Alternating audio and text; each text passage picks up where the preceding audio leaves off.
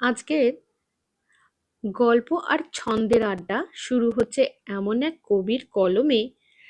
যার কল্পনা আর হাস্যরসের কোনো সীমানাই নেই। চলুন সুকুমার রায়ের আবোল তাবোলের দুনিয়ায় ডুব দিই,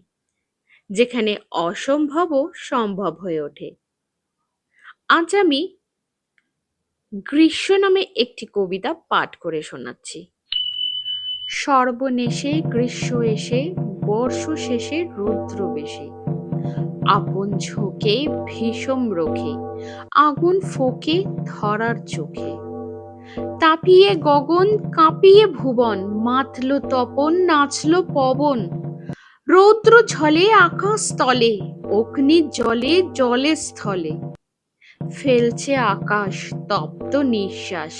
ছুটছে বাতাস ঝলসিয়ে ঘাস, ফুলের বিতান শুকনো শ্মশান, যায় বুঝি প্রাণ হায় ভগবান, দারুণ তৃষায় ফিরছে সবাই, জল নাহি পায় হায় কি উপায়, তাপের চোটে কথা না ফোটে, হাঁপিয়ে ওঠে ঘর্ম ছোটে, বৈশাখী ঝড় বাধায় রগর, করে ধরফর ধরার পাঁজর, 10 দিক হায় ঘোর ধূলিময়, জাগে মহাভয় হেরি সে প্রলয়, করি তোলপাড় বাগান বাদার, উঠে বারবার ঘন হুংকার, শুনি নিয়তই থাকি থাকি ওই,